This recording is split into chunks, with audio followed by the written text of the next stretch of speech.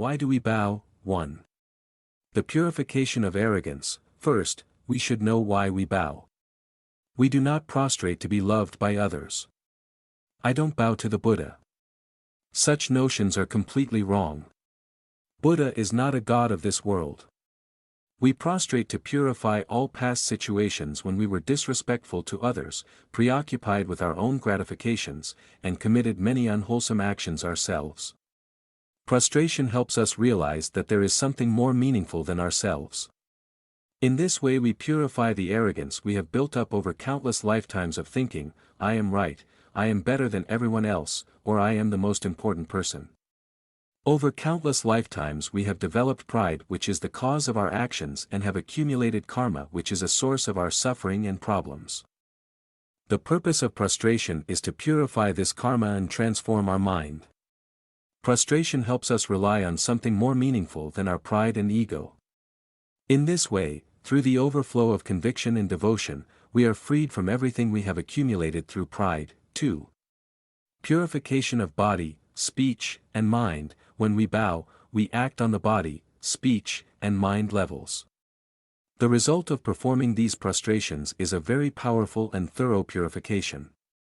This practice dissolves all impurities, no matter what kind they are, because they are completely accumulated through our body, speech, and mind.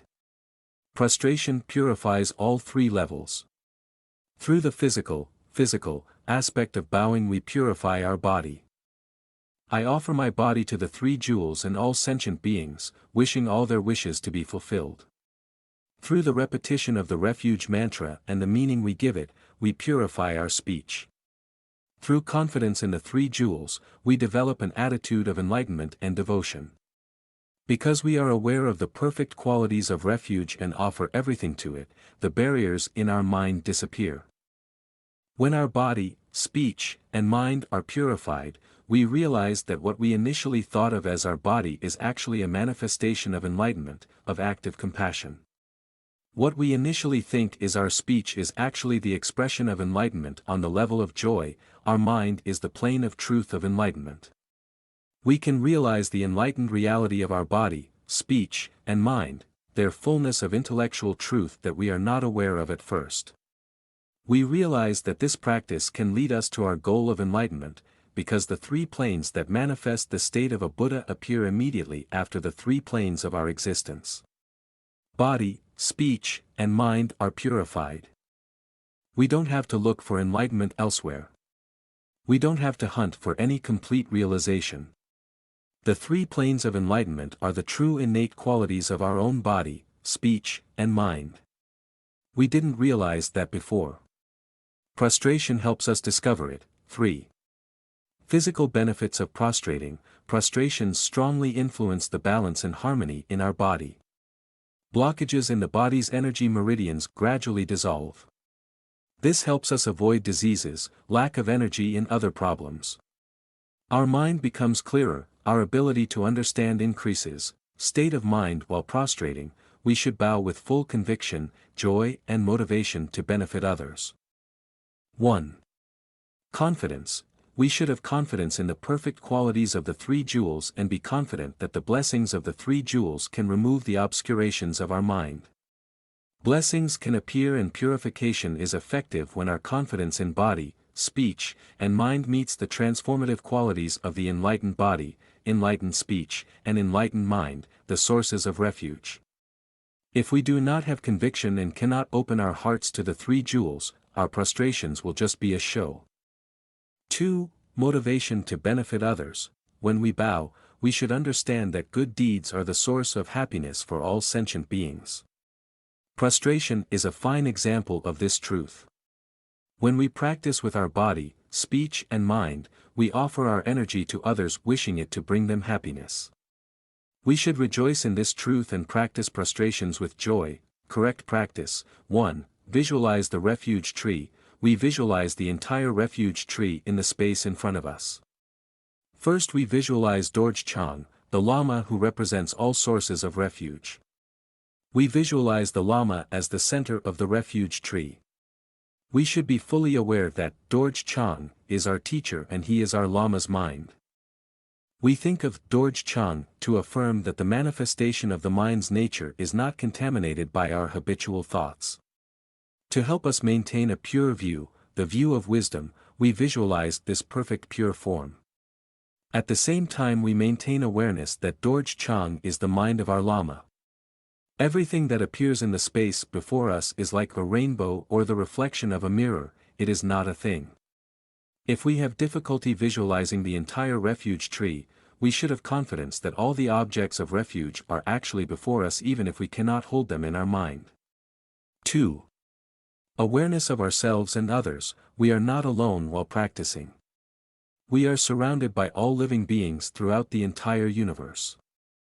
We visualize our father on our right and our mother on our left.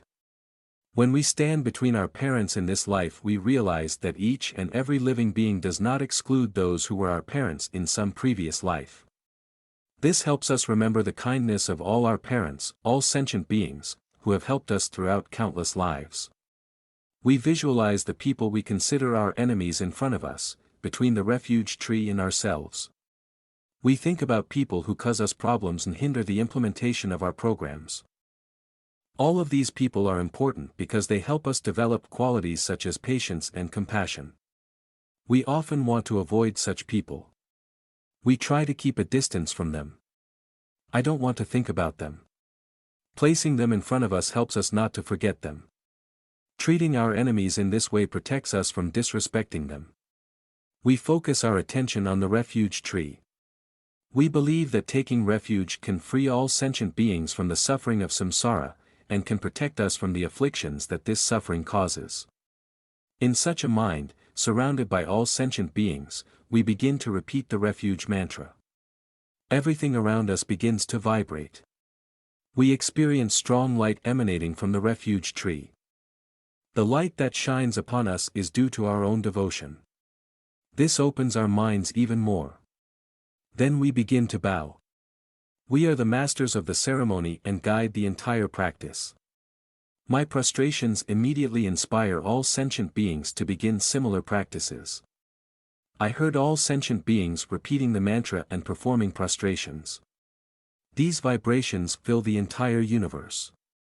Maintaining such a vision instead of focusing only on ourselves broadens our activity. On one hand it gives us strength, on the other hand it gives us motivation to practice. All sentient beings bowing with us gives us encouragement. When we experience the enormous amount of energy from all the bowing beings, we feel even more trust and devotion to the three jewels. The feeling of riding with the crowd helps us quickly complete the prostrations and experience great happiness during the practice. 3. Symbolic meaning of each element in the act of prostration. To give our practice its ultimate dimension, we should pay attention to the symbolic meaning of a prostration. When my clasped hands touch my forehead, I invoke the blessings of their bodies from the objects of refuge. At the same time, we visualize that the blessings of their enlightened bodies shine on us, penetrating our bodies and dissolving its obscurations. Then my clasped hands touched my throat. We invoke the blessings of speech. At the same time, we think that the blessings of their enlightened speech emanate from the objects of refuge and purify all the obscurations that we have accumulated through our speech. In such a way we are freed from these obscurations. When our hands touch our hearts we invoke the objects of refuge for the blessings of their enlightened minds. It helps us get rid of all the barriers and wrong views in our mind. I believe that all the evil desires that have filled my mind since beginningless time are completely purified. We should think that we are receiving the complete blessings of enlightened body, speech, and mind from the three jewels. Through the power of this blessing, all obscurations, bad karma, and negative tendencies in our body, speech, and mind are purified. We are completely pure and inseparable from the body, speech, and mind of the Lama and the three jewels. When the 5 points, knees, hands, and forehead, of our body touch the ground we should realize that the 5 afflictive emotions, greed, anger, ignorance, pride and jealousy leave our body and disappeared into the earth. In such a way we experience complete purification. The 2 aspects of prostration, dissolving the mind's poisons and receiving the blessings of the three jewels, creates the transformation of greed, anger, ignorance, pride and jealousy into the 5 corresponding wisdoms. We should be convinced that transformation actually occurs, believing that we have the natural, innate ability to develop these intelligences. This symbolic aspect of prostration will only work if we have conviction. Our conviction can bring us this great purification. Practicing without conviction is like aerobics. 4. The importance of devotion: the more we prostrate, the more our devotion will grow. Eventually we will reach the point where we no longer think that our body, speech, and mind are different from the body, speech, and mind of the three jewels. These prostrations bring a miraculous result. They are the source of a very powerful blessing and a great purification. We should not think that prostrating only involves an activity of our body. Blessings and purifications come about mainly because of devotion. 5. Growth in the power of practice: we practice with an open mind. We should not think that we are the only ones bowing. All sentient beings are practicing prostrations with us. We don't have to limit our thinking to thinking only of ourselves. We should not affirm ourselves by thinking, "I am prostrating." If we think like that, we accumulate good potential corresponding to the act of bowing. If we think that all sentient beings are practicing prostrations with us, the good potential we accumulate will be even greater. When we are practicing prostrations, we should think that 100 of our incarnations are prostrating with us. If we can visualize, our practice will be stronger. We should not count additional prostrations if we visualize that additional beings are prostrating with us. This is just one of the special methods of Vajrayana that help strengthen our practice. 6. The connection of prostrations with calming the mind: after a while our body will be tired. This is a beneficial moment to practice concentration. When the body and mind are tired, attachment increases. If we stop bowing for a moment, our mind will naturally calm down without having to make any effort. After a while our body and mind feel like resting again, our mind becomes agitated. This is the sign to start the prostrations again. When we alternate prostration and concentration, we can practice without stopping, approaching suffering. Sometimes we may experience difficulties in the practice of prostration. Pain and fatigue will appear on our way. There's always some concern: pain in the knees, elbows, lower back, everywhere. There is no reason to be discouraged, because that would cause a loss of confidence in the practice. We should also not strengthen our emotions by saying to ourselves, "I'm in so much pain, I feel so weak." If we do that, we completely hinder ourselves. We lose the ability to act. When pain is allowed to have power, it can become a real obstacle in the path of further practice. We should use every unpleasant experience, whether mental or physical, as a means to enlightenment. Such experiences should encourage us towards greater efforts on our path. Everything we experience depends on our state of mind. If we want to experience things differently, we must change our state of mind. If we manage to effectively transform our suffering into a positive and beneficial experience, the suffering will completely disappear without leaving a trace. This will give us more happiness and joy. Prostrations are a truly good way of accumulating potential. It is an easy and effective method to purify our negative actions of the past.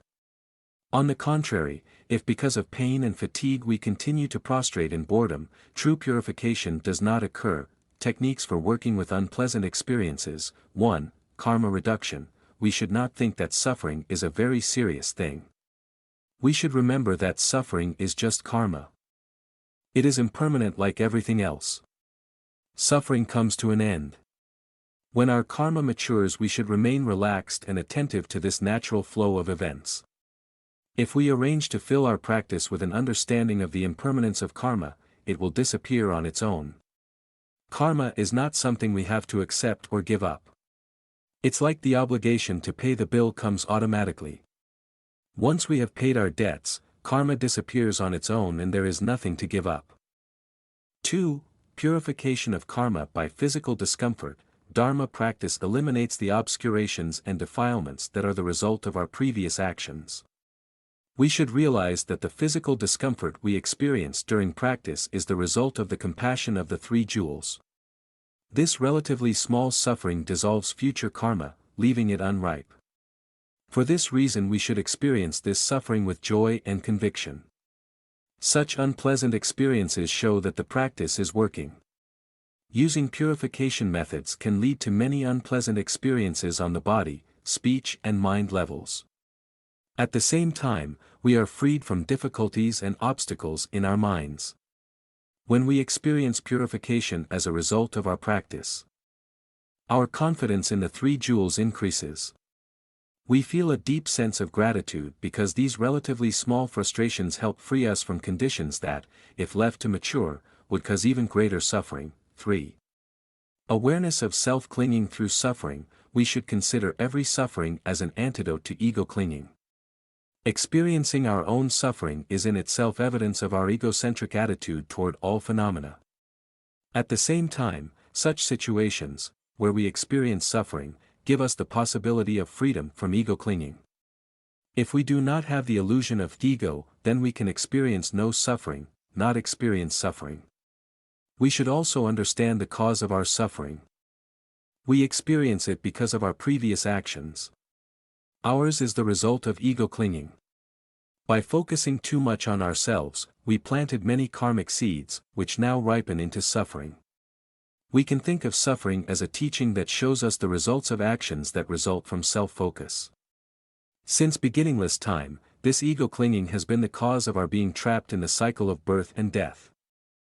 4. Observe ourself. The ego wants to be satisfied all the time.